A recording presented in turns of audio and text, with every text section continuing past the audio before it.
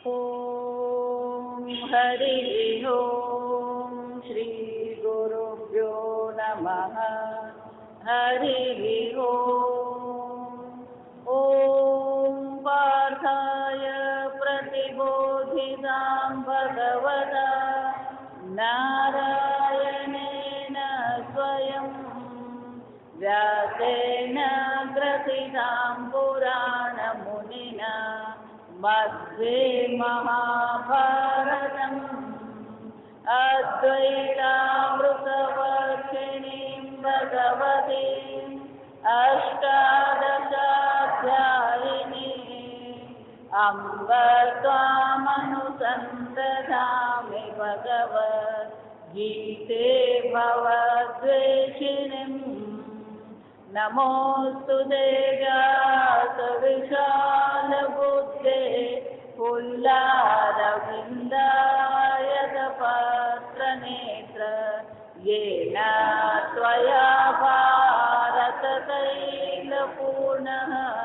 प्रज्वालितो ज्ञानमय प्रदीपः प्रपन्नपारिजाताय स्तोत्रवेत्रैकपाणये ज्ञानमुद्राय कृष्णाय गीतामृतदुहे नमः।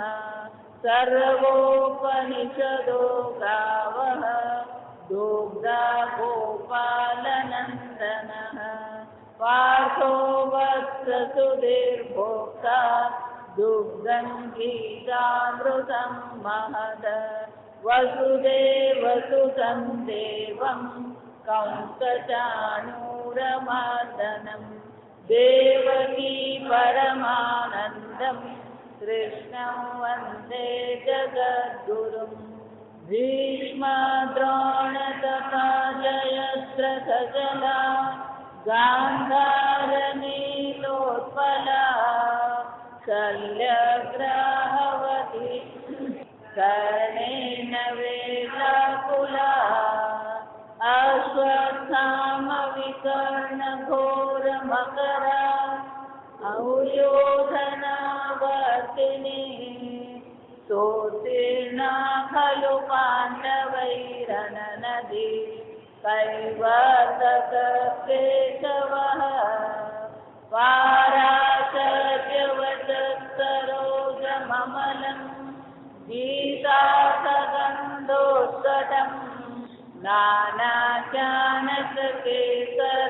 हरिकथा सम्बोधनाबोधितं लोके सज्जनसत्परैरहरः प्रेतीयमानं मुदा भूयाद्भारतपङ्कजं कलिमल प्रध्वंसि न श्रेयसे। मूकं करोति वाचालं पङ्गुं लङ्घयते गिरिं यत्कृपातमहं वन्दे परमानन्दमाधवम्।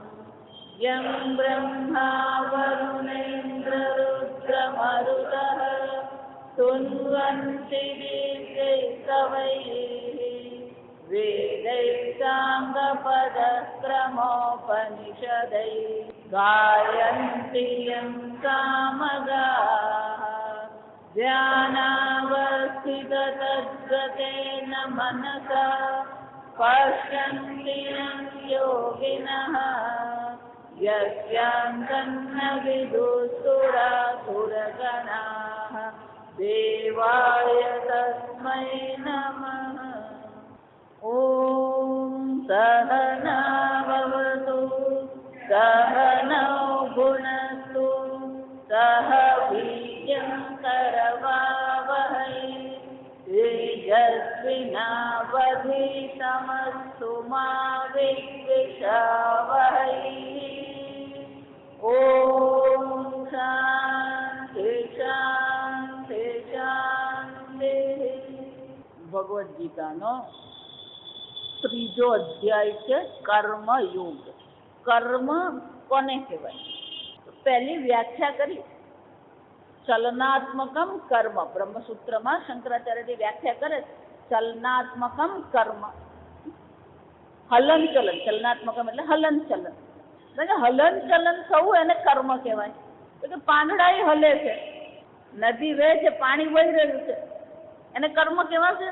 પાણી વહે છે, પાંદડા હલી રહ્યા છે, તો કે એને કર્મ કહેવાય? તો કે નહીં. એનો અર્થ શું થયો? કોઈ પણ વ્યાખ્યા જ્યારે આપણે કરીએ શાસ્ત્રમાં, એમાં 3 પ્રકારથી દોષ આવે. જો હું કર્મની વ્યાખ્યા એવી કરું ચલનાત્મકમ કર્મ, તો એને અતિવ્યાપ્તિ કહેવાય. એટલે જેને લાગુ પડે છે એનાથી બીજા સમૂહમાં પણ શું થાય છે? એ વ્યાખ્યા જઈ શકે. તમે બીજો દાખલો, કે માણસ કોને કહેવાય? જો આપણે પેલા બાળકોને પૂછે ને કે મનુષ્ય કોને કહેવાય? તો કે જેને 2 પગ હોય. જેવું કે ને 2 પગ હોય એટલે આપણે શું કહેવાનું? કાગડાને પણ કેટલા પગ હોય? તો 2 પગ વાળો મનુષ્ય એમ જો કહીએ તો એ વ્યાખ્યા શું થવાની? મનુષ્યના સમૂહથી બીજા સમૂહમાં એ જવાની. કાગડાને પણ શું છે? તો કાગડો એ મનુષ્યથી બહારનું થઈ ગયું. જો સમજો, એને અતિવ્યાપ્તિ કહેવાય.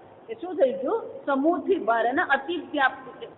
એ જ રીતે ધારો કે એક વ્યાખ્યા આપણે કરીએ પણ એ કેટલાક લોકોને લાગુ ન પડે, એને અવ્યાપ્તિ કહેવાય. ગાય કેવી હોય? કે ગાય સફેદ હોય, ધારો કે એવું કહીએ તો સફેદ ગાય હોય છે, ના નથી. પણ કેટલીક ગાયો લાલ પણ હોય. તો સફેદ ગાય એમ જ્યારે કહેવામાં આવે તો પેલી લાલ ગાય છે એમાં શું થયો? એનો સમાવેશ થયો ને, બહાર રહી ગઈ. જો સમજો, અને અવ્યાપ્તિ કહેવાય. આ સમજવાનું. એટલા માટે આપણું શાસ્ત્ર બહુ સૂક્ષ્મ છે.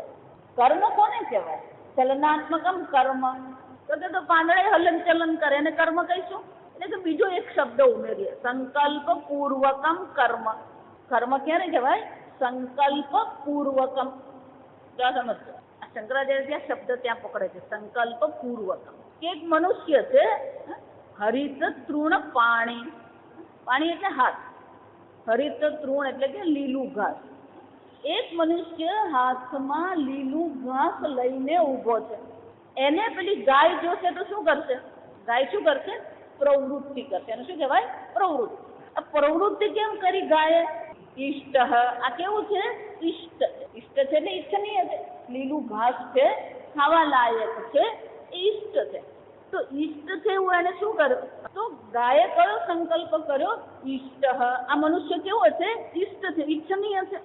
ઈષ્ટ એટલા માટે તો પ્રવૃત્તિ કરી એને. સમજ.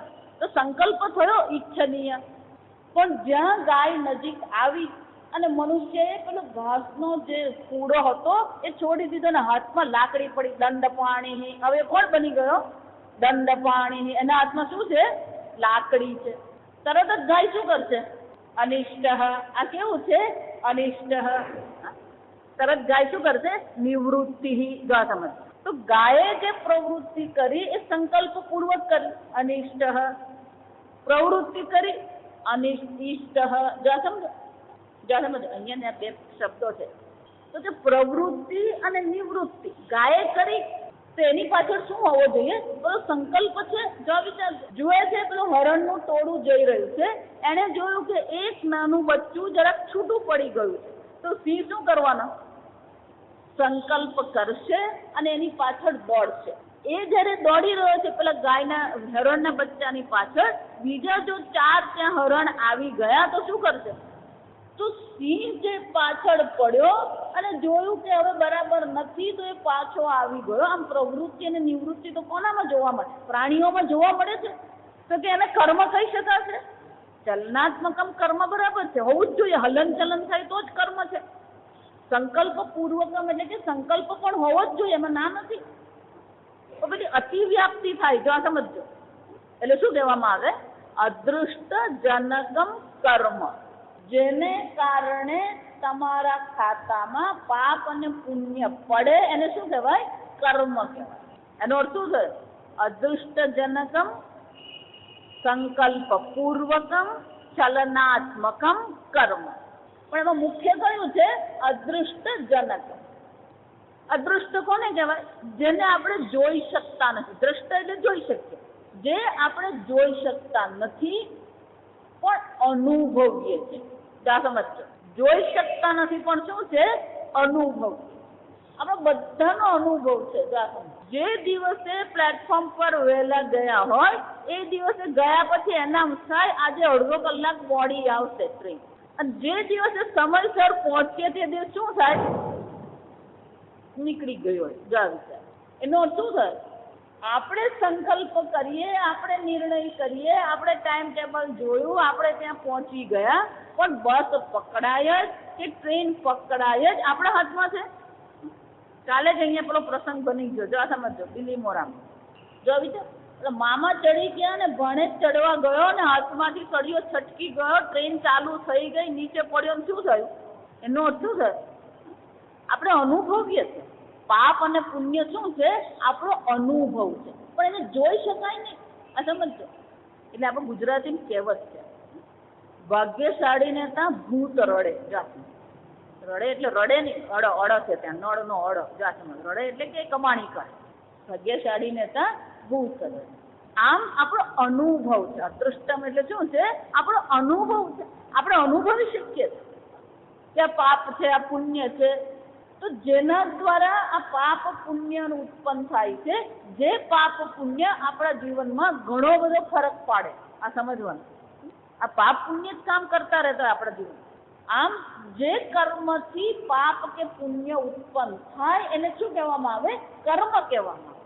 પણ આ કર્મ બે પ્રકારની છે, પ્રવૃત્તિ, નિવૃત્તિ. એટલે શંકરાચાર્યજી કહે છે શાસ્ત્રસ્ય પ્રવૃત્તિ નિવૃત્તિ વિષયભૂત. આ શાસ્ત્રમાં બે પ્રકારથી ચર્ચા, એક પ્રવૃત્તિ છે અને બીજી કઈ છે? નિવૃત્તિ. પણ સામાન્યતઃ આપણે જે જોઈએ છે શું છે? પ્રવૃત્તિ છે. આપણું જીવન એક કર્મ છે. ભગવાન આ ત્રીજા અધ્યાય બહુ સુંદર રીતે સમજાવશે. કર્મ એનો વિષય છે, કર્મ આપણું જીવન છે. એટલા માટે મનુષ્યની વ્યાખ્યા શંકરાચાર્યજી શું કરે? વિચાર, આપણો વ્યાખ્યા છે. મનુષ્ય કોને કહેવાય? શંકરાચાર્ય જ્યારે પણ મનુષ્ય શબ્દ આવે શાસ્ત્રમાં અથવા માનવ શબ્દ આવે એટલે શંકરાચાર્ય પેલો બીજો શબ્દ એની સાથે મૂકી દે, કર્મ અધિકારી. કયો શબ્દ મૂકી દે? કર્મ અધિકારી. કારણ કે કર્મનો અધિકાર કોને છે? ફક્ત મનુષ્ય ને. આપણે બીજા અધ્યાયમાં જોઈએ કર્મણી એવ તવ અધિકાર મા ફલેષુ કદાચન. કર્મ જ તમને મનુષ્ય બનાવે. આ સમજો, એ કર્મ જ તમને મનુષ્ય બનાવે છે. પણ એ કર્મ કેવું હોવું જોઈએ? કર્મ ક્યારે કરવું જોઈએ? કઈ રીતે કરવું જોઈએ? કયું કર્મ કરવું જોઈએ? આ બધી વસ્તુ પર શું હોવી જોઈએ? કર્મ કરીએ આપણે, પણ એ કર્મ ક્યારે કરીએ ને કેવી રીતે કરીએ એ આપણા હાથમાં છે. જો વિચારી જો, કર્મનો અધિકાર એટલે કે કર્મની સ્વતંત્રતા છે. આપણને કર્મ કરવાની સ્વતંત્રતા આપણી પાસે છે. પણ એ સ્વતંત્રતા આપણી કેટલી પ્રગટ થાય છે વિચારી જુઓ. ભલે ભગવાન તો બીજા અધ્યાયમાં કહી ગયા કર્મ કરવાનો તને અધિકાર છે, કર્મ કરવાનો અધિકાર છે શબ્દ ભલે ભગવાન બોલતા હોય, આપણો જ અનુભવ શું કહે છે? આવન પ્રવચનમાં માતાજી 7 દિવસ છે અહીંયા, ઈચ્છા તો બહુ છે, પણ આ પ્રવચન પૂરું થઈને અંધારું થઈ જાય ને જવાની બહુ તકલીફ પડે એટલે ફાવતું નથી. એનો અર્થ શું છે? સ્વતંત્રતા હોવા છતાં પણ એ સ્વતંત્રતા પ્રગટ થાય છે ખરી? પાંતરા ખાવાની ઈચ્છા થઈ ગઈ. હમણાં એક જણ મને કે મને પાંતરા ખાવાની ઈચ્છા છે, પાંતરા લેવા ગઈ ને તો કે પાંતરા હતા જ નહીં. છે તમને કર્મની સ્વતંત્રતા, પણ જીવન આપણું શું બતાવે? કેટલી સ્વતંત્રતા છે આપણને? છે સ્વતંત્રતા? આપણો અનુભવ શું છે? ભલે કે છે કર્મ અધિકારી, પણ આપણો અનુભવ શું કે છે? આપણા જીવનમાં એ સ્વતંત્રતા પ્રગટ થાય છે? આપણે તો ઘણું કરવાની ઈચ્છા થાય. આપણે તો એમ ઈચ્છા થાય રોજ સવારે 5 વાગે ઉઠીને 1 કલાક ધ્યાન કરું. પેલો 5 વાગે એલાર્મ મૂકીને સૂઈ જાય, ઉઠે 7 વાગે. જો સમજો એનો અર્થ શું થાય? ફક્ત બાહ્ય પરિબળ જ નહીં, આ સમજો આંતરિક પણ એટલા બધા પરિબળો છે કે જે પરિબળો આપણા કર્મની સ્વતંત્રતાને પ્રગટ થવા દેતા નથી. જો આ સમજો, અને કર્મ છે સ્વતંત્રતા છે. એનો અર્થ શું થાય? જ્યાં સ્વતંત્રતા હોય એટલે સતત તરત સાથે શું થઈ જાય? આપણે અનેક વાર આ ચર્ચા કરી ગયા. આ સમજો, જો તમને સ્વતંત્રતા આપવામાં આવી છે તો એનો અર્થ શું થયો? સ્વતંત્રતા છે તો પછી એનો સદુપયોગ અને દુરુપયોગ બંને જ થવાના. છોકરાને તમે 100 રૂપિયા આપ્યા પછી શું થવાનું? છોકરાને એકવાર રમકડું આપ્યું પછી એના હાથમાં છે, પછી એ રમકડું રમવું, ખોલવું કે તોડવું એ કોના હાથમાં છે? વર્ષો પહેલાની વાત છે. તો એ છોકરાઓ કોલેજમાં ગયા, એ છોકરાઓ નાના હતા. પછી દાદાને ત્યાં હું રહેવા જતી, એટલે દાદા પેલા રમકડું લઈ આવે. જા તમે આ રમકડું લઈ આવે પેલા 2 દિવસમાં છોકરાઓ શું કરી નાખે? છૂટું જ થઈ ગયું હોય. ચાલ એટલે પછી મને હું તે વખતે અમને ત્યાં હતી, મને છે આમ 100 રૂપિયાનું રમકડું પરમ દિવસે જ લઈ આવ્યો, અને આજે તો એની હાલત તો જુઓ તમે. મેં કીધું આ કરાય જ નહીં. છોકરાઓને 100 રૂપિયા નહીં દેખાય, છોકરાને રમકડું દેખાય. પછી તમે એને 25 રૂપિયાનું રમકડું આપ્યું, 500, એને કોઈ લાગે હોય, એને રમકડું જોઈએ, એને કંઈક રમવાનું જોઈએ. મેં કીધું એના કરતાં તમારે પેલું 10 રૂપિયાનું રમકડું લઈ આવવાનું. દર અઠવાડિયે 1-1 10 રૂપિયાનું આપો તો એ ખુશ થાય. એમ નથી જોતું મને 100 રૂપિયાનું રમકડું, એને એવું કંઈ નથી. એ તમારી વાત સારી છે. પછી દર અઠવાડિયે પેલું 1-1 રમકડું 15 રૂપિયાનું, 25 રૂપિયાનું, પેલો એટલો ખુશ. કેમ? દાદા દર અઠવાડિયે રમકડું લઈ આવે. રમકડું મળ્યું એટલે સ્વતંત્રતા મળી, આ સમજો. પણ પછી સ્વતંત્રતા હોય એટલે પછી દુરુપયોગ પણ થવાનો જ છે. એનો અર્થ શું છે? જો કર્મ કરવાની સ્વતંત્રતા છે તો પછી નિર્ણય કોના હાથમાં છે? ભગવાન નિર્ણય કરશે. આ અધ્યાય છે ને બહુ અદ્ભુત છે. આ સમજ આપણે માનીએ ને એટલો સરળ નથી. આ અધ્યાયમાં ભગવાન બહુ અદ્ભુત ચર્ચા કરે કે તમને કર્મ કરવાની સ્વતંત્રતા છે. એ સ્વતંત્રતા પ્રગટ થતી નથી. એક વસ્તુ સ્વતંત્રતા છે તો પછી કરવું કે ન કરવું નો નિર્ણય કોણ કરશે? અમે તો બધું ભગવાન પર છોડીને બેઠા છે. તમે જો એમ કહો કે અમે ભગવાન પર છોડીને બેઠા છે, તો ભગવાન પર છોડવું પણ તમારો નિર્ણય છે કે નહીં? તો એ સંકલ્પ કોનો છે? એ સ્વતંત્રતા કોની થઈ? હું હંમેશા એટલા મળે જે લોકો એમ છે ને ગુરુ કરવાના છે, જો આ વાક્ય દઉં, પણ તું બોલી રહ્યો છે ને તારા શિષ્યને કહી રહ્યો છે, એનો અર્થ શું થાય? એને વધતો વ્યાઘાત છે. શાસ્ત્રમાં શું કહેવાય? બોલવામાં શું છે? વિરોધાભાસ છે. અમે તો બધું ભગવાન પર છોડીને બેઠા છે. પણ ભગવાન પર છોડવું પણ શું છે? તારો સંકલ્પ છે, તારો નિર્ણય છે, તારી સ્વતંત્રતા. પણ ભગવાન પર છોડી શકાય ખરું? એટલે આ ભગવદ્ ગીતાનો છેલ્લો શ્લોક છે ને, એમાં બહુ સરસ ચર્ચા. પ્રારંભમાં પણ તે ચર્ચા છે કે અર્જુન જે દ્વારિકા ગયો ત્યાં ભગવાન એને શું કરે? ભગવાન એને વિકલ્પ આપી દીધો. એક બાજુ નિહત્તો હું અને બીજી બાજુ શું છે? મારી દ્વારિકાની અજય સેના ભગવાનને માની. પણ ભગવાન કેવા હતા? નિહત્થા. નિહત્થાનો અર્થ શું થયો? ભગવાન નિષ્ક્રિય છે. ભગવાનના હાથમાં હથિયાર નથી, એનો અર્થ શું થયો? ભગવાન નિષ્ક્રિય. ભગવાન હંમેશા નિષ્ક્રિય હોય. કર્મ કોણે કરવાનું છે? આપણે કરવું. પણ આપણે ઊંધું કરીએ. આપણે નિષ્ક્રિય થઈએ અને ભગવાનને કહે તું સક્રિય થા. સક્રિય નિષ્ક્રિય કોને કહેવાય? હું કહું, પરીક્ષા આવે ને પેલો વાંચે, પછી ખબર પડે કે હવે પરીક્ષા આવીને લખવું તો પડવાનું જ છે, પાના તો ભરવા જ પડે. એટલે પેલો શું કરે? એટલે 2-4 પ્રશ્ન આવડતા એનો જવાબ લખી નાખે. હવે તો પેલો નિયમ રહ્યો નથી. અમે ભણતા હતા ત્યારે પેલા પહેલો પ્રશ્ન, બીજો પ્રશ્ન, એટલે તમારે ક્રમમાં જ લખવો પડે. હવે તો પહેલોય લખો ને 10મોય લખો ને 8મો લખો તોય ચાલે. પહેલા એવું હતું જ નહીં. પહેલા તમારે ક્રમ પ્રમાણે જ ચાલવાનું. એટલે આવડે એટલે પ્રશ્ન લખે, આવડે નહીં તો કરવું શું? એટલે પેલો રામ રામ રામ રામ રામ રામ રામ રામ એ બધું ભગવાન સંભાળી લેશે. સંભાળી લેશે. મને કે ભગવાન સંભાળી લીધેલું. કઈ રીતે સંભાળી લીધું? કે પેલા સાહેબે આમ પાનું ફેરવી નાખેલું એટલે પછી 10 લખી દીધેલું. સાહેબે પેલું રામ રામ લખેલું પાનું જોયું જ નહીં. કર્મ એટલે તમારી સ્વતંત્રતા અને તમારો નિર્ણય. એટલે બીજા અધ્યાયમાં ફક્ત ભગવાન એટલું નથી કીધું કર્મણી એવ તવ અધિકાર, વ્યવસાયાત્મિકા બુદ્ધિ, નિશ્ચયાત્મિકા બુદ્ધિ. નિર્ણય પણ તમારે કરવાનો. આ સમજ છે. નિર્ણયને આપણે અંગ્રેજીમાં ડિસિઝન કહેવાય. નિર્ણય કરવો એટલે શું છે? You decide. હું હંમેશા બધાને તમારું અત્યારે જે જીવન છે એ તમારા ભૂતકાળના નિર્ણયો છે. આ સમજો. બીજાને કોઈને તમે દોષ નહીં આપતા. તમારા જ નિર્ણય એ અત્યારનું તમારું જીવન છે, અને અત્યારના તમારા નિર્ણય એ તમારું ભવિષ્યકાળનું જીવન હશે. જેવા તમારા નિર્ણયો હશે, જેવા તમારા નિશ્ચયો હશે, એવું જ તમારું જીવન છે. તે સ્વામીજીને બહુ સરસ કે human life is nothing but series of decision. જો આ વાક્ય છે.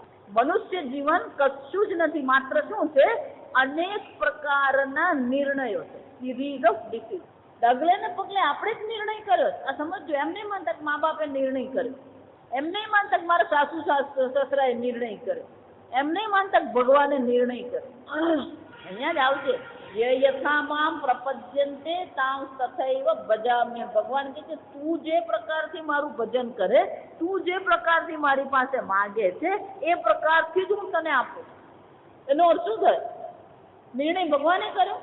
કર્મ એટલે આપણો નિર્ણય છે. કોઈને પણ દોષ નહીં. આમ સુખ દુઃખ છે ન કોપી દાતા. સમજજો, કોઈ તમને સુખ આપતું પણ નથી, કોઈ તમને દુઃખ આપતું નથી. આ બધા નિર્ણય તમારા. આપણે જેવો નિર્ણય કર્યો. પણ સ્વામીજી નિર્ણય તો અમે બહુ કરીએ, નિશ્ચય બહુ કરીએ, પણ કઈ થતું જ નથી. જા તમે તો આગળ દ્રષ્ટાંત આપી કે 5 વાગે ઉઠીને ધ્યાન કરવું છે, પણ 7 વાગે ખાટલામાંથી નીકળે. જો તમે નિર્ણય કરવા છતાં પણ નિર્ણયને અનુરૂપ પ્રવૃત્તિ થતી નથી. જા આ ત્રીજો વિષય. જા પહેલી સ્વતંત્રતા છે, પછી નિર્ણય છે, અને નિર્ણય પ્રમાણે શું થવી જોઈએ? પ્રવૃત્તિ થવી. એટલા માટે જ્ઞાન આપણું ઘણું છે. એ જ્ઞાનમાંથી થોડોક નિશ્ચય થાય, એ નિશ્ચયમાંથી થોડીક પ્રવૃત્તિ થાય, અને જેવી તમારી પ્રવૃત્તિ એવું તમારું જીવન. એનો અર્થ શું છે? કર્મ આપણું જીવન છે, પણ એ કર્મની પાછળ પેલો નિર્ણય છે, પેલી સ્વતંત્રતા છે, અધિકાર છે, આ બધું જ છે. અને જો સ્વતંત્રતા છે, સદુપયોગ અને દુરુપયોગ છે, તો પછી શું થવાનું? જો વિચાર. આજે ધારો કે કોઈક મને આવીને એવું પૂછે, સ્વામીજી આ એન્જિનિયરિંગમાં કયો વિષય લઈએ? હું કોઈ નિર્ણય કરી શકું? કેમ નિર્ણય નહીં કરી શકું? એન્જિનિયરિંગમાં કઈ ફેકલ્ટીમાં જવું એ નિર્ણય હું કરી શકું? હું કેમ નહીં કરી શકું? કારણ કે એનું જ્ઞાન મને નથી. જો આ સમજ. એનો અર્થ શું થાય? નિર્ણય માટે શાની જરૂર પડે? જ્ઞાનની જરૂર. અને અત્યારનો જે આ કાળ છે ને, આ સમજજો, સાંપ્રત કાળ જે છે ને એ નોલેજ છે. Knowledge is power. આ સમજજો. તમારી પાસે કેટલું જ્ઞાન છે ને એ બહુ મહત્વનું. પણ આપણે ભારતના દેશમાં તો જ્ઞાનને તો કોઈ મહત્વ મળે જ નહીં. જો આ સમજ. બે જ વસ્તુને મહત્વ. મારી પાસે કેટલા પૈસા છે અને હું કેટલો સારામાં સારો ભોગ કરું. જલ્દી. પણ ધનને કમાણી માટે પણ શાની જરૂર પડવાની? જ્ઞાનની જ જરૂર પડવાની.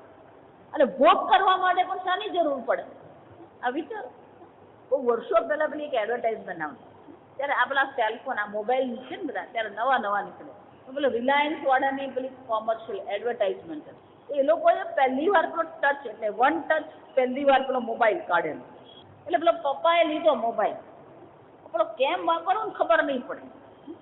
અને એ લોકોએ 1 ટચ પેલું ક્રિકેટ રાખેલું. ત્યારે ક્રિકેટની બધી સિઝન ચાલતી હતી, એટલે પેલું ક્રિકેટનું કરે. પિતાજીને પેલું જોઈએ ક્રિકેટ સાંભળવું છે, જોવું છે, તો પેલી કયું બટન દબાવવું ખબર નહીં પડે. એટલે પેલો સ્કૂલમાં જાય. આ બહુ સરસ છે. પેલો સ્કૂલમાં જાય ને પછી એનો છોકરો ભણતો હોય, એટલે બારીમાંથી એમ કે બહાર બોલાવે. એટલે પેલો બિચારો લેસન કરતો હોય, પેલો ભણાવતા હોય ટીચર. એટલે પેલો બાપા બહાર જઈને કીધું બહાર આવતું, બહાર આવજો. સમજ. એટલે પેલો છોકરો 2-4 વાર ખીચવે ના પાડી. તો પેલા બાપા ખસ્યા જ નહીં ત્યાં. એટલે પછી પેલા ટીચર ટીચર કે જા. પણ બહાર ગયો. શું છે ને પપ્પા? પેલા હાથમાં લીધો શું કર્યો? આમ દબાવ્યો. જેવું દબાવ્યો ને પેલી કોમેન્ટ્રી ચાલુ થઈ ગઈ. એટલે પપ્પા ચાલવા માંડ્યો અને આ અંદર ગયો. એનો શું થયો? મોબાઈલ લીધો ખરો, પણ કેમ વાપરવું એને માટે શાની જરૂર પડે? જ્ઞાનની જરૂર પડે. આ સમજ. સાંભળવામાં પેલા ધોનીએ સિક્સર મારે રાખી. એટલે એ પેલા સ્કૂલના પેલા પરિસરમાંથી એમ પસાર થતો હોય, નીકળતો હોય, એ નીકળતો હોય ને એટલે છગ્ગો મારે એટલે કૂદે બૂમ મારીને. હા, એ કૂદે ને આમ બૂમ મારીને આમ ફરે ને એટલે પેલી ટીચર સામેથી આવ, પ્રિન્સિપાલ સામેથી આવતા. જો આ તમે જ્યાં વિચાર. એનો અર્થ શું થાય? જો તમારી પાસે જ્ઞાન નથી તો કોઈ પણ વસ્તુ તમે ભોગવી શકશો, માણી શકશો? એ ક્રિકેટનો આનંદ મળ્યો કેમ મળ્યો? પેલું જ્ઞાન છે. એટલા માટે અત્યારે શું કહેવાય? Knowledge is power. કર્મ કરવા માટે પણ જ્ઞાનની આવશ્યકતા છે. આ સમજો. જ્ઞાન નહીં હોય તો તમે કોઈ કર્મ નહીં કરી શકો. એનો અર્થ શું થાય? મારે જે નિર્ણય કરવો છે એ નિર્ણય માટે મારી પાસે યોગ્યતા અયોગ્યતાનું જ્ઞાન હોવું જોઈએ. જો એ જ્ઞાન છે, અને કોઈ એવું નહીં કહે કે મને જ્ઞાન, કોઈ કહી શકે? જોઈ શકે. યોગ્ય કોને કહેવાય, અયોગ્ય કોને કહેવાય એનું જ્ઞાન નથી એવું કોઈ કહી શકે? નાના છોકરાને ખબર હોય જૂઠું બોલવું કોને કહેવાય, ચોરી કરવી કોને કહેવાય, હિંસા કરવી કોને કહેવાય, એ કોને ખબર છે? પેલા નાના બાળકને ખબર છે. આ સમજો, આમ યોગ્ય અને અયોગ્યનું જ્ઞાન પણ છે. જા તમે સ્વતંત્રતા છે, યોગ્ય અયોગ્યનું જ્ઞાન પણ છે, નિર્ણય પણ કરીએ છે, છતાં પણ શું છે? પ્રવૃત્તિ થતી નથી. આ બધી ચર્ચા આ અધ્યાયમાં કે ધર્મ અધર્મ કોને કહેવાય, સ્વતંત્રતા કોને કહેવાય, કર્મ કોને કહેવાય અને કર્મમાં પ્રવૃત્તિ કેમ કરવી. આપણને ખબર છે આપણું કલ્યાણ કોને કહેવાય, આપણને ખબર છે, પણ છતાં પણ શું છે? એને માટેની પ્રવૃત્તિ કરવાનો જ્યારે આપણે પ્રયત્ન કરીએ છીએ ત્યારે એ પ્રવૃત્તિ થતી નથી. હું હંમેશા એટલા માટે કહું, આ ભારત દેશ બહુ સારો છે. અહીંયા ધર્મ પણ છે, અધ્યાત્મ પણ છે. પરદેશમાં રિટાયર થાય એમ અહીંયા પણ શું થાય? પેલો 60 બુદ્ધિ નાખી, જો આ સમજ એટલે પેલો 60 વર્ષનો થાય ને એટલે સરકાર એને શું કહી દે? પ્રવૃત્તિ છે. બીજું શું છે? નિવૃત્ત જીવન. વેદાંત એટલે ધર્મ, જો વેદાંત એમ કહે ને એટલે એકલું અધ્યાત્મ, ધર્મ અને અધ્યાત્મ બંને આવે. આ સમજવાનું, ધર્મ અને અધ્યાત્મ is the best retirement plan. આ સમજ. પણ પેલા ટીવીમાંથી ઊંચો જ નહીં આવતો હોય. જા લગ્નમાં જવાનું, કોણ લગ્નમાં આવ્યું, કોણે શું પહેરેલું, કોના છોકરાના કાં લગ્ન થયા, અને એ લગ્નમાં પાછું કોનું ગોઠવાયું. જો આ સમજ. આપણું જાત જાતનું ચાલતું હોય. લગ્ન તો થાય જ, પણ લગ્નમાં બીજા 2-4 નું શું થતું હોય? પેલું ગોઠવાઈ જતું હોય. ધર્મ કોને કહેવાય, અધ્યાત્મ કોને કહેવાય, આપણને આછો પાછળનો ખ્યાલ છે. પણ નિવૃત્ત જીવન થયા પછી પણ શું છે? આ વાક્ય જોજો. સાંસારિક રીતે નિવૃત્ત થયા પછી પેલી પ્રવૃત્તિ ક્યાં થવી જોઈએ? ધર્મ અને અધ્યાત્મ. એને વાનપ્રસ્થ જીવન કહેવાય. એને શું કહેવાય? વાનપ્રસ્થ. તો પેલી વાનપ્રસ્થ જીવન આવતું જ નથી. વાનપ્રસ્થ જીવનનો અર્થ એવો નથી છોકરાઓને રમાડવાના નહીં, લગ્નમાં જવાનું નહીં, એવું નથી. પણ આપણું એક દૈનિક જીવન હોવું જોઈએ કે રોજ આટલો જપ કરીએ, રોજ આટલો પાઠ કરીએ, રોજ આટલા પ્રવચન સાંભળીએ, કે રોજ આટલું વાંચન કરીએ, વર્ષમાં 1 મહિનો આપણે ઋષિકેશ હરિદ્વાર રહી જાય, કંઈક એવી પ્રવૃત્તિ. પણ એ બાબતની પણ પ્રવૃત્તિ થઈ શકે છે. એટલે શંકરાચાર્યજી કહે છે શાસ્ત્રમાં 2 જ વિષય છે. એક પ્રવૃત્તિ વિષય છે અને બીજો કયો છે? પેલો નિવૃત્તિનો વિષય. શાસ્ત્રસ્ય પ્રવૃત્તિ નિવૃત્તિ વિષય ભૂતે ત્વે બુદ્ધિ ભગવતા નિર્દિષ્ટે. આ મનુષ્ય પાસે 2 જ બુદ્ધિ છે. એક પ્રવૃત્તિ બુદ્ધિ છે અને બીજી નિવૃત્તિ બુદ્ધિ છે. પણ પ્રવૃત્તિમાંય ઠેકાણા નથી એને, એટલે કોઈ સાચો નિર્ણય લઈ શકતો નથી. અને પેલું નિવૃત્તિમાંય ઠેકાણા નથી. કેમ? કે ત્યાંય પાછું શું થાય છે? પેલો યોગ્ય નિર્ણય લેવાતો નથી. 2 જ વિષય છે. અને એ જ ભગવાન કહે છે સાંખ્ય બુદ્ધિ યોગે બુદ્ધિ ઇતિ ચ. સાંખ્ય બુદ્ધિ છે જેને જ્ઞાન યોગ કહેવામાં આવે, બીજી યોગ બુદ્ધિ છે જેને કર્મ કહેવામાં આવે. આમ કર્મ અને જ્ઞાન 2 જ છે. એક પ્રવૃત્તિ છે ને બીજું નિવૃત્તિ છે. પણ પ્રવૃત્તિ અને નિવૃત્તિ 2 વિષયો હોવા છતાં પણ બંને વિષયોમાં આપણી હાલત તો કેવી છે? બેમાંથી એક કેના ઠેકાણા નથી. આ સમજવાનું. પણ પ્રવૃત્તિના ઠેકાણા નથી અને પેલા નિવૃત્તિના ઠેકાણા છે જ નહીં. આ સમજજો. આપણે પ્રવૃત્તિ કરતાંય આવડતું નથી અને નિવૃત્ત થતાંય આવડતું. એટલે શંકરાચાર્યજી કહે છે ભગવાન આ બંને ચર્ચા બીજા અધ્યાયમાં કરી ગયા. આ સમજ. કેમ? તો કે પેલી નિવૃત્તિની ચર્ચા કઈ રીતે? તત્ર પ્રજહાતિ યદા કામાન ઇતિ આરભ્ય આ અધ્યાય પરિસમાપ્તે સાંખ્ય બુદ્ધિ આશ્રિતાનામ સંન્યાસમ કર્તવ્યમ યુક્ત્વા. એટલે 53મા શ્લોકથી શરૂ કરીને આ અધ્યાય પરિસમાપ્તે, અધ્યાયની સમાપ્તિ પર્યંત ભગવાને શાની ચર્ચા કરી? આ નિવૃત્તિની ચર્ચા કરી ભગવાન. સંન્યાસમ કર્તવ્યમ ઉક્ત્વા. બોલો સંન્યાસ કર્તવ્ય છે એવું ભગવાને કહ્યું. એશા અને છેલ્લે ભગવાન તેષામ તન્નિષ્ઠાતયા એવ કૃતાર્થતા ઉક્તા એશા બ્રાહ્મી સ્થિતિ. અને ભગવાન એમની કૃતાર્થતા બતાવી, એનું ફળ પણ બતાવ્યું કે એમની બ્રહ્મમાં સ્થિતિ થઈ જાય છે. ન એનામ પ્રાપ્ય વિમુક્યતિ સ્થિત્વા શ્યામંત કાલેપી બ્રહ્મ નિર્વાણમ રુચ્છતિ. આમ પેલી નિવૃત્તિની ભગવાને ચર્ચા કરી, જ્ઞાનની ચર્ચા કરી, આવી રીતે સર્વ પ્રકારની કામનાઓના ત્યાગની ચર્ચા ભગવાને કરી. પણ આપણે જ્યારે જ્ઞાનની ચર્ચા કરીએ, નિવૃત્તિનો વિચાર કરીએ કે કામનાઓનો ત્યાગનો વિચાર કરીએ, તો એમાંથી કયું છૂટ્યું આપણું વિચાર? કર્મ છૂટ્યા આપણાથી? જ્ઞાન પ્રાપ્ત થયું? નિવૃત્તિ થઈ? કામનાઓનો ત્યાગ થયો? જો આ વિચારો. આમ ભગવાને તો વાત કરી, એટલું જ નહીં. અર્જુનાય ચ કર્મણિ એવ તવ અધિકારસ્તે મા તે સંગોસ્તો અકર્મણિ ઇતિ કર્મ એવ કર્તવ્યમ ઉક્તવાન યોગ બુદ્ધિમાશ્રિત્ય. આમ સાંખ્ય બુદ્ધિને આશ્રિત થઈને નિવૃત્તિ પરાયણ જીવનની ચર્ચા કરી અને કર્મણી એવ તવ અધિકાર કહીને પ્રવૃત્તિ પરાયણ જીવનની પણ ભગવાને શું કરી છે? ત્યાં ચર્ચા કરી છે. ન તત એવ શ્રેય પ્રાપ્તિ મુક્તવાન. એટલું જ નહીં, ભગવાને એ પણ સ્પષ્ટતા કરી દીધી કે આ કર્મથી કોઈ પ્રકારની શ્રેયની પ્રાપ્તિ થઈ શકે એમ છે જ નહીં. કારણ કે કર્મ સ્વયં અનિત્ય છે, કર્મ ફળ પણ અનિત્ય છે. તો ધારો કે પણ કર્મથી મોક્ષ મળ્યો, તો જો કર્મ અનિત્ય છે તો મોક્ષ પણ શું થવા? અનિત્ય જ છે. અને એટલે ભગવાને ત્યાં સ્પષ્ટ કરી દીધું કે કર્મથી મોક્ષ મળી શકે એમ છે જ ને. તદે તદ આલક્ષ્ય પર્યાકુલી ભૂત બુદ્ધિ અર્જુન ઉવાચ. આ પ્રકારથી જ્યારે અર્જુને સાંભળ્યું કે ભગવાને પ્રવૃત્તિની પણ ચર્ચા કરી, નિવૃત્તિની પણ ચર્ચા કરી, જ્ઞાનની પણ ચર્ચા કરી, કર્મની પણ ચર્ચા કરી. આ જ્ઞાન અને કર્મ બંનેની જ્યારે ચર્ચા કરવામાં આવી એટલે અર્જુનના મનમાં શું થયું? પર્યાકુલી ભૂત બુદ્ધિ. અર્જુનની બુદ્ધિમાં વ્યાકુળતા કે મારે શું કરવું? કેમ? કારણ કે એક જ મનુષ્ય પ્રવૃત્તિ અને નિવૃત્તિ બંને કરી શકે નહીં. સમજ, એક જ સમયે એક મનુષ્ય બે વસ્તુ. આ સમજ, આના માટે દ્રષ્ટાંત આપે. શાસ્ત્ર બહુ સરસ છે, બધા દ્રષ્ટાંત મળે. તિષ્ઠમ ગાયતી, એ ઊભો ઊભો ગાઈ રહ્યો છે, એ શક્ય છે. તિષ્ઠમ ગાયતી, આ શક્ય છે. જા સમજ. તિષ્ઠમ ગચ્છતિ, ઊભો ઊભો જાય છે, એવું કહી શકાય? ઊભો ઊભો શું કરે છે? ચાલી રહ્યો છે, કહી શકાય? તિષ્ઠમ ગાયતિ કહી શકાય, પણ તિષ્ઠમ ગચ્છતિ કહી શકાય નહીં. કેમ? કારણ કે ચાલવું અને ઊભા રહેવું બે કેવી છે? પરસ્પર વિરોધી પ્રવૃત્તિ. એ જ રીતે એક જ્ઞાન છે, સાંખ્ય છે, નિવૃત્તિ છે. બીજું કર્મ છે, પ્રવૃત્તિ છે. તો આ બે વસ્તુ શું થવાની? પણ અર્જુનને ભગવાને બંને આદેશ કરે. પછી પ્રવૃત્તિની પણ ચર્ચા કરી, કર્મણી એવ તવ અધિકારસ્તે મા ફલેષુ કદાચન. અને પછી પેલી સાંખ્યની પણ ચર્ચા કરી. ન જાયતે મ્રિયતે વા કદાચિત નાયમ હંતિ ન હન્યતે. આત્મા કોઈ કર્મ કરતો જ નથી, અને આત્મા પર પણ કોઈ કર્મ થઈ શકતા નથી.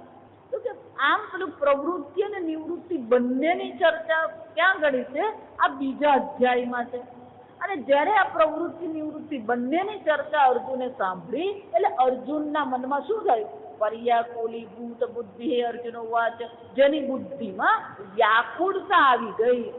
અર્જુન ઉવાચ કથમ ભક્તાય શ્રેયોર્થિને યત સાક્ષાત શ્રેય સાધન સાંખ્ય બુદ્ધિ નિષ્ઠામ શ્રાવયિત્વા. અર્જુનના મનમાં કયો પ્રશ્ન આવે? જો આપણા બધાના મનમાં પણ આ જ પ્રશ્ન આવે કે જ્ઞાનથી જો મોક્ષ છે તો પછી આ બધી આ સંસાર ખટપટમાં પડવાની જરૂર જ શું? આ બધું છોડીને માતાજી તમે એક આશ્રમ બનાવો, અમે રાત જોઈને બેઠા, તમે આશ્રમ બનાવો ને તમારા આશ્રમમાં શું કરીએ? દાદી હકીકત અત્યારે જે પોસ્ટકાર્ડ હજી પડેલો છે, જવાબ જ નથી આપતો. સાધના માટેની કોઈ અનુકૂળતા હોય તો જાણ કરજો. સ્વામીજી એવો શબ્દ સાંભળે એટલે બધાને એમ જ થાય કે પેલો આશ્રમ હોય જ. જો આ વિચાર એટલે બધાને જે ખબર પડે ને એટલે પેલો કાગળ લખે કે સ્વામીજી આશ્રમમાં અમે આવીને કેટલા દિવસ રહી શકીએ અને સાધના કરી શકીએ, તમે શાસ્ત્ર શ્રવણ કરી શકીએ, પણ આશ્રમ પહેલા હોવો જોઈએ, પછી આ બધું થાય. જો આ વિચાર એટલે જ્યાં પેલું જ્ઞાનની ચર્ચા સાંભળીએ, મને તો મોક્ષની જ ઈચ્છા છે, શ્રેયની જ ઈચ્છા છે, એટલે તત્કાળ મનમાં શું આવે? આ બધું છોડીને માતાજી તમારી પાસે આવી જઈએ, શું કરીએ? બસ માતાજી તમે ભણાવો અમને. એટલે અર્જુન પણ શું કરે? અને અર્જુન કોણ છે? ભક્તાય શ્રેયાર્થીને. ભગવાન હું તમારો ભક્ત છું, તમારો શિષ્ય છું, અને કોણ છું? શ્રેયાર્થીને. મને તો શ્રેયની જ ઈચ્છા છે, મોક્ષની જ ઈચ્છા છે, બીજી કોઈ ઈચ્છા છે જ નહીં. અને સાક્ષાત શ્રેય સાધન એટલે કે આ મોક્ષનું સીધું સાધન તો કયું છે? જ્ઞાન છે, સાંખ્ય બુદ્ધિ. તો પછી શ્રાવયિત્વા, મને એ સંભળાવ્યું પણ ખરું તમે ભગવાન, તમે મને શ્રવણ કરાવડાવ્યું કે આ જ્ઞાનથી જ મોક્ષ છે, એ પણ તમે ચર્ચા ભગવાન કરી. અને પછી હવે તમે શું કરો છો? મામ કર્મણિ દ્રષ્ટ અનેકાનર્થ યુક્તે પારંપરિણે અપી. અને તો પછી હવે તમે આ કર્મમાં મને તમે લગાવો છો. કેમ? તસ્માદુત્થિષ્ઠ ભારત યુદ્ધાય કૃત નિશ્ચય. હે અર્જુન, યુદ્ધનો નિશ્ચય કરીને તું ઊભો થા. તો ભગવાન એક બાજુ તમે બ્રાહ્મણી સ્થિતિની ચર્ચા કરો છો, બ્રહ્મ જ્ઞાનની ચર્ચા કરો છો, અને બીજી બાજુ તમે આદેશ શું કરો? તસ્માદુત્થિષ્ઠ ભારત, ઊભો થા. યુદ્ધાય કૃત નિશ્ચય, યુદ્ધનો નિર્ણય કરીને ઊભો થા. એટલે કે ભગવાન આ બધું ગોટાળા જ છે. એટલે અર્જુન શું કહે છે? અને આ કર્મ ભગવાન કેવા છે? દ્રષ્ટ અનેકાનાર્થ યુક્તે, અનેક પ્રકારના અનર્થ આ કર્મમાં પડેલા છે.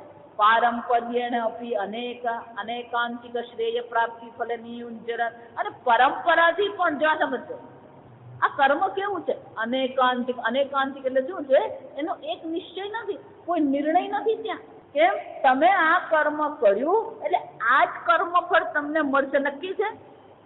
વિચાર, એક બેંક છે ને, એક ચેકબુક છે ને, એક માણસ છે ને, એક પેન છે, તો પણ શું થાય? ક્યારેક તો પેલો છેકો પડી જ જાય. એક તપેલી, એક મસાલાનો ડબ્બો ને એક તુવેરની દાળ ને એક તુવેરની દાળનો ડબ્બો, તોય રોજની દાળ શું થાય? એ જ બને. અને કાંતિકા એનો શું થયો? એનું કર્મફળ કેવું છે? આવું જ હોય એવો કોઈ નિર્ણય નથી. આ સમજવા, શ્રેય પ્રાપ્તિ ફલે નિયુંજન. અને મને આ કર્મ શ્રેયની પ્રાપ્તિ કરાવશે એ પણ શું છે? નિશ્ચિત છે જ નહીં. કર્મથી કોઈ પ્રકારે મને શ્રેયની પ્રાપ્તિ છે, મોક્ષની પ્રાપ્તિ થઈ શકે એમ છે નહીં. અને કર્મ સ્વયં કેવા છે? અનેક પ્રકારથી અનિશ્ચિતતા છે કર્મમાં. અને તો પછી ભગવાન એટલે શું થાય? અને આ પ્રકારથી અને પારંપર્યેણ અપી. જો સમજો, આ પારંપર્યનો શબ્દ બહુ મજાનો. પારંપર્યણ એટલે કે એના ક્રમને પણ જોઈએ. તો બે અલગ વસ્તુ છે, જ્ઞાન અને કર્મ. જ્ઞાનમાં જ્ઞાન માત્રથી મોક્ષ છે. જ્ઞાન માત્રથી શું છે? મોક્ષ છે. મળ્યું તમને? જ્ઞાનમાં શું છે? જ્ઞાનથી મોક્ષ છે. પણ કર્મમાં શું થાય છે? કર્મમાં પણ જ્ઞાન છે. આ સમજવાનું. એટલે પેલું પારંપર્યને કે છે અહીંયા ભગવાન. પારંપર્ય શબ્દ કેમ કે છે? કોઈ પણ કર્મ કરવું હોય તો કર્મ પહેલા જ્ઞાનની તો જરૂર છે. પણ જ્ઞાન મેળવ્યા પછી શું કરવું પડે? પારંપર્ય એટલે કે તમારે એ કર્મ કરવું પડે. કર્મ કર્યા પછી પેલું કર્મફળ તમને મળે. પણ કર્મફળ ક્યારે મળશે નક્કી છે? એનો અર્થ શું થાય? હંમેશા કહું ને, એને કિચન લોજિક કહેવાય. જો આ સમજો, કિચન લોજિક એટલે શું છે? ઈડલી કેમ બનાવવી એ વાંચી લીધું, ઈડલી બની ગઈ. અને ધારો કે બનાવી, બની. ઈડલી નહીં બને, આરસના ટુકડા બને. આ સમજવા, ઈડલી બનાવવા જાય ખરો, પણ શું બની જાય? ઓલા આરસના ટુકડા બને. આ સમજવા, એનો અર્થ શું છે? જ્ઞાન મેળવ્યા પછી પ્રવૃત્તિ કરે, પ્રવૃત્તિ કર્યા પછી પણ પેલું ફળ તો મળતું જ નથી. આ સમજો. પછી પેલું ત્રીજું, ધારો કે ઈડલી બની, જ્ઞાન મેળવ્યું, ઈડલી બનાવી અને ઈડલી બની. બન્યા પછી પણ તમારે એને શું કરવું પડે? ખાવું પડે. આમ પરંપરા થઈ ને, જ્ઞાન મેળવ્યું, જ્ઞાન મેળવ્યા પછી કર્મ કર્યું, કર્મ પછી શું કરવું પડે? એને ભોગવવું પડે. અને તો પછી તમને સુખ કે દુઃખ મળે. વિચાર, આ સુખ કે દુઃખ એટલા માટે કે પછી ઈડલી પચે કે નહીં પચે એ જોવા. અને પરંપરા છે, પારંપર્ય. જ્ઞાન છે, પછી કર્મ છે, પછી કર્મ ભોગવું, અને ભોગવ્યા પછી સુખ મળે કે દુઃખ મળે તો ઉપરવાળો જ જાણે પાછો. ગમે એટલું આપણને ભાવતી વસ્તુ હોય, ગમે એટલી ગમતી વસ્તુ આપણી સામે આવે, પણ અંદરથી જો મગજનું ઠેકાણું નહીં હોય તો શું થવાનું? એટલે શંકરાચાર્યજી કહે છે અનૈકાંતિક એટલે શું છે? કોઈ નિશ્ચય નથી ત્યાં. તમે જ્ઞાન મેળવો, કર્મ કરો, કર્મફળ મળે, પણ તમે સુખી થશો, તમને આનંદની પ્રાપ્તિ થશે એવો નિશ્ચય છે. આમ કર્મ કેવું છે? અનિશ્ચિત છે. આ સમજો. પણ છતાં પણ આપણને તો ભરોસો કોના પર છે? પેલો કર્મ પર જ છે. કર્મ છૂટતું જ નથી. આ સમજ, આ કર્યું, પેલું કરું ને, અહીંયા ગયા ત્યાં ગયા ને. એટલે પણ શાંતિથી બેસ ને તું 5 મિનિટ જ વિચાર. અને ગુજરાતીને શું કહેવાય? પેલો હટપટ કરતો રહે. શું કહેવાય? એટલે શંકરાચાર્યજી કહે છે કે આ પ્રકારથી અનૈકાંતિક શ્રેય પ્રાપ્તિ ફલે નિયુંજતી. અને ભગવાન જો આવું જ હોય, જો આ તો દ્રષ્ટ વાત કરીને કર્મની પરંપરા મેં તમને દ્રષ્ટની દ્રષ્ટિએ, દ્રષ્ટફળની દ્રષ્ટિએ આ એક કર્મની પરંપરા. પણ અદ્રષ્ટની દ્રષ્ટિએ પણ કર્મની પરંપરા. કેમ? કે કર્મ કર્યું પછી કર્મફળ આ જ જન્મમાં મળે એવું કોઈ જરૂરી નથી. કર્મફળ ક્યારે મળવાનું? પછીના જન્મમાં પણ મળે. એનો અર્થ શું થાય? કર્મફળ ભોગવવા માટે તમારે પાછું નવું શરીર ધારણ કરવું પડે. એનો અર્થ શું થાય? કર્મ તમને મોક્ષ આપશે કે નવું શરીર આપશે? અને જે પાપ હશે એટલે પછી ક્યાં જવું પડે? હમણાં જ આ શ્રાદ્ધ પક્ષ ગયું, આજે છેલ્લું ગયું, આ સમજવાનું. પેલી વૈતરણી કરવી પડે અને પછી એને માટે બધી ગાય જોઈએ. એટલે પેલો બ્રાહ્મણ કે તમે ગાયનું દાન અહીંયા કરો ને તો પછી જયારે મૃત્યુ પામે ને ત્યારે પેલું વૈતરણી કરવા માટે પેલી ગાય મદદ કરે. એ ગાયની પૂંછડી પકડીને શું કરવાનું? બહાર કરી દેવો ગાય. એનો શું થયું? આ કર્મ જે છે આ જીવનની દ્રષ્ટિએ વિચારીએ કે હવે પછીના જીવનની દ્રષ્ટિએ વિચારીએ, કર્મનો કોઈ નિશ્ચય નથી અને કર્મ તમને શું કરશે? જન્મ મૃત્યુના ચક્કરમાંથી આપણને છોડાવી શકશે કર્મ? એનો અર્થ શું? કર્મથી મોક્ષ મળે એવી કોઈ શક્યતા નથી. શ્રેય સાધન છે જ. અને જો કર્મ, જો હવે સાંભળ, જો કર્મ શ્રેય સાધન નથી એટલે અર્જુન ભગવાનને પ્રશ્ન ઉઠાવે છે કે જો હું શ્રેયાર્થી છું, તમારો ભક્ત છું, અને જો કર્મ મને મોક્ષ આપી શકે એમ નથી અને કર્મ મારા જન્મ મરણના ચક્કરને પ્રવૃત્ત કરનારું જો છે, તો પછી કર્મમાં તમે મને શું કામ લગાવો છો? નિયુંજાત એટલે શું છે? આ ભગવાન નિયુંજા કર્મમાં તમે શું કામ જોડો છો મને? ઇતિ યુક્ત પર્યાકુલી ભાવ અર્જુન છે. આ અર્જુનના મનમાં એટલે આપણા મનમાં સમજવાનું. અર્જુન એટલે આપણને પણ એમ થાય છે કે બધું આ બસ માતા જેવા બધામાંથી છૂટી જઈએ ને એવું જ કંઈક જોઈએ. એટલે પેલો શું માને? બસ આ બધું છોડીને અમે બેસી જઈએ. છોડીને ક્યાં જવાનું હતું? ઋષિકેશ. ત્યાં જાય ને પછી જ ખબર પડે. દૂરથી ડુંગર રળિયામણા જો આ સામે, પાસે જતા બિહામણા. આ જેવું ચલો એમ માને કે અહીંયા સવારના પોરમાં ધ્યાન થાય નહીં. કેમ? કે સવારે આપણે આ બધા છોકરાઓ વહેલા આવે તો વહેલી સ્કૂલ થઈ ગઈ. સવારના પોરમાં છોકરાઓ ઉઠે ને એ પછી ઉઠાડવાના અને પછી રડે ને કકડાટ કરે ને આ છોકરાઓ એવો કકડાટ કરે, એમાં ક્યાં સ્વામીજી ધ્યાન થાય? અને સવારના પોરમાં 6 વાગે એટલે પેલો દૂધવાળું પેપું કરે. એટલે આપણને શું લાગે? સ્વામીજી અહીંયા કઈ ધ્યાને નહીં થાય, જપે થતું નથી, કઈ શાસ્ત્ર અધ્યયન થાય ને કેમ? એને સ્વામીજી આ શાસ્ત્ર અધ્યયન કરવા બેસે ને એટલે જ આ છોકરાઓ એવો ધમાલ કરી મૂકે ને ઘરમાં. એટલે આપણે શું માનીએ? ચાલો ઋષિકેશ જઈએ. કેમ? ઋષિકેશ જઈને શું કરશે? ત્યાં શાંતિ. એટલે પેલો જાય ઋષિકેશ. જો આ સમજ, એ ઋષિકેશ જાય ને એને ત્યાં એલાર્મની જરૂર નહીં પડે. જો આ સમજ, ઋષિકેશ તમે જાઓ ને એટલે તમને એલાર્મની જરૂર પડે જ નહીં. કેમ? કે પેલો બાજુવાળો આશ્રમ હોય ને 5 વાગે માઇક ચાલુ કરે. અને એ પેલો શૈવ હોય, શિવ વાળો, એટલે પેલો શિવ મહિમનો સ્તોત્ર ચાલુ કરે. પેલો ચોથો આશ્રમ હોય ને એ વૈષ્ણવ હોય, એટલે 5:30 વાગે વિષ્ણુ સહસ્રનામ ચાલુ કરે. ધ્યાન કરવાનું. 4 દિશામાંથી 4 માઇક તમને સંભળાય. કયું ધ્યાન કરવાનું? એટલે ગુજરાતી કહેવત છે ને એ આમાંય લાગુ પડે એવું છે. પરણેલો હોય પસ્તાય એમ કુંવારો હોય પસ્તાય. પેલો જે સંસારમાં રહે છે ને એ પસ્તાય છે, અને સંસાર છોડીને બેઠો છે એ પણ શું છે? એ પસ્તાતો જ હોય. આ સમજ, પણ કે કોને? જો આ સમજ, એટલે સહેવાય નહીં અને કહેવાય નહીં. જો આ સમજ, કર્મ સહન થતા નથી પણ કર્મ કર્યા વગર રહી શકાતું નથી. જ્ઞાનની ઈચ્છા છે અને જ્ઞાન માટે પ્રયત્ન કરીએ એટલે પહેલું ઊંઘ આવે એટલે લય કહેવાય. એને શું કહેવાય? લય. એક ભાઈને બહુ વર્ષો પહેલા એસિડિટી હતી. જા સમજ, જેટલા દ્રષ્ટાંત આપે ને બધા સાચા જ હોય. સમજવાનું. પણ કયો દેશ ને કયો કાળ ને કઈ વ્યક્તિને એ પૂછવા જ નહીં તમારે. એક ભાઈને સખત એસિડિટી અને પેલી રાત્રે ઊંઘ આવે જ નહીં. એટલે એની પત્ની શું કરે? પેલું ખાંડવાળું દૂધ અને કેળા શું કરી મૂકે? ફ્રીજમાં મૂકી રાખે. જા સમજ, એટલે જેવું પેલા ઉઠતા આવે ને ઊંઘ નહીં આવે ને પેલો ઊંઘો ઉઠીને શું કરે? પેલો 1 કપ દૂધ પી લે. એટલે 8 દિવસ 10 દિવસ પેલી દવા કરે ને બધું ચાલે પણ પેલી એસિડિટી ઓછી જ નહીં થાય ને ઊંઘ આવે જ નહીં રાત્રે. 15 દિવસ પછી હું મળીને કેમ છે હવે તમને? ફર્સ્ટ ક્લાસ ઊંઘ આવે. શું વાત કરો? એસિડિટી ગઈ? હા, એમ નથી, એસિડિટી હજી થોડીક છે પણ ઊંઘ બહુ સરસ આવવા માંડી. કેમ ઊંઘ આવે? કેમ? કે ઊંઘ આવતી નથી. પેલું ટેબલ પર માંડુક્ય ઉપનિષદ પડેલું. આ માંડુક્ય ઉપનિષદ વાંચવા માંડ્યું ને અડધું પાનું નહીં વાંચ્યું એટલે ઊંઘી જાઉં. કેમ? એટલે ટપ્પો પડે નહીં. માંડુક્ય ઉપનિષદ એમાં એવી ગહન ચર્ચા છે, કશું સમજ પડે નહીં. વાંચે ખરો પણ કઈ સમજ પડે નહીં એટલે શું થાય? પેલું મગજ કંટાળી જાય. મગજ કંટાળે એટલે શું થાય? પેલું મગજ ઊંઘી જાય. મને કે હવે આ માંડુક્ય હું વાંચું ને ઊંઘી જાઉં ને હિત તો હવારે જ ઉઠું. એનો અર્થ શું થાય? પ્રવૃત્તિ છૂટતી નથી અને ધારો કે પ્રવૃત્તિ છોડીને જ્ઞાનમાં જવાનો પ્રયત્ન કરીએ શું થાય? એનો શું થાય? રુચિ જ્ઞાનમાં છે પણ જ્ઞાનમાં પ્રવૃત્તિ થતી નથી, કર્મમાં રુચિ નથી પણ કર્મ છૂટતું નથી. જો આ હકીકત આ બધાની હાલત આ જ છે. અર્જુનની હાલત છે એમ ને. અને એટલે અર્જુનની પણ બુદ્ધિ કેવી છે? આકુળ વ્યાકુળ થઈ ગઈ કે ભગવાન તમે શ્રેયનું સાધન તો સાંખ્ય બુદ્ધિને કહો છો, જ્ઞાનને કહો છો, તો મને જ્ઞાનને માટે પ્રવૃત્તિ કરવા દો. આ બધે યુદ્ધના કર્મ મારે કરવું નથી. તદનુરૂપ પ્રશ્ન, અને એને અનુરૂપ અર્જુન ભગવાનને પ્રશ્ન પૂછે છે. જો આ સમજ, જાયસી ચેત કર્મણસ્તે મતા બુદ્ધિર જનાર્દન. હે જનાર્દન, કર્મ કરતા જ્ઞાન વધુ સારું છે. જાયસી એટલે વધુ સારું છે. તો પછી આ કર્મમાં તમે શું કામ મને લગાવો છો? આ જ્ઞાનની ચર્ચા આપણે કરીએ. પ્રશ્ન અપકરણ વાક્યમ છે ભગવતા ઉત્તમ યથોક્ત વિભાગ વિષય શાસ્ત્રે.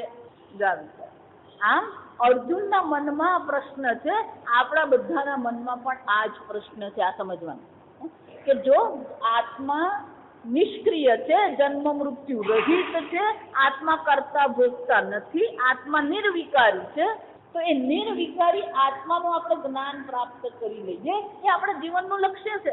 અને આ કર્મ જે છે એ પરંપરાથી આપણને શું કરે? જન્મ મરણના ચક્કરમાં નાખે છે, રાજસિક બનાવે છે, અને એ પ્રવૃત્તિ આપણે કોઈ રીતે ઉપયોગી થતી નથી, પણ કર્મ છૂટતું નથી અને જ્ઞાનમાં પ્રવૃત્તિ થતી નથી. અને એટલા માટે અર્જુનને જેમ આ આકુળતા વ્યાકુળતા છે, એવી જ આકુળતા વ્યાકુળતા કોના મનમાં છે? આપણા મનમાં. કે ભગવાન પ્રશંસા જ્ઞાનની કરે છે, પણ પાછું કરવાનું તો શું કે છે? ઉત્તિષ્ઠ ભારત યુદ્ધાય કૃત નિશ્ચય. ઉભો થાને યુદ્ધ કર. ભગવાન આ કેવું વાત તમે કરો? જા તમે. એટલે શંકરાચાર્યજી બહુ સરસ ચર્ચા કરે છે. આ સાંભળ તો કે આવું જો અર્જુનનું મન વ્યાકુળ હોય તેમાં બે પ્રશ્ન થાય. કાલે આપણે એની ચર્ચા કરશું કે ક્યાં તો અર્જુન ખોટો છે અને ક્યાં તો ભગવાન ખોટા છે. બે જ વસ્તુ થાય ને. ક્યાં તો અર્જુન ખોટો છે અથવા તો કોણ ખોટું છે? ભગવાન ખોટા છે. તો એક બાજુ ભગવાન તમે જ્ઞાનની ચર્ચા કરી, તો પછી આ ઉભો થઈને કર્મ કરવાનું શું કામ તમે મને કહો છો? આ તો કોના જેવું છે?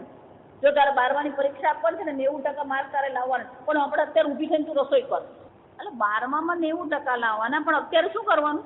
જો વ્યવહારિક બાબતમાં આવું શક્ય નથી, તો પછી ભગવાન આ તત્વજ્ઞાનમાં તો કેવી રીતે શક્ય બને? અને એટલા માટે અર્જુનનું મન આકુળ વ્યાકુળ થઈ ગયું, અને એટલે એ ભગવાનને પ્રશ્ન પૂછે છે. પણ એ ભગવાનને પ્રશ્ન પૂછીને શું કરવા માંગે છે? અપાકરણમ વાક્ય. અને ભગવાન પણ શું કરે? એને સરસ મજાનો પ્રશ્નનો અપાકરણમ એટલે કે એના પ્રશ્નનો હલ ઉપાય ભગવાન એમના વાક્યમાં કહે જ છે. અને એ ઉપાય જે ભગવાન બતાવે છે એ કયો છે? યથોક્ત વિભાગ વિષય શાસ્ત્રે.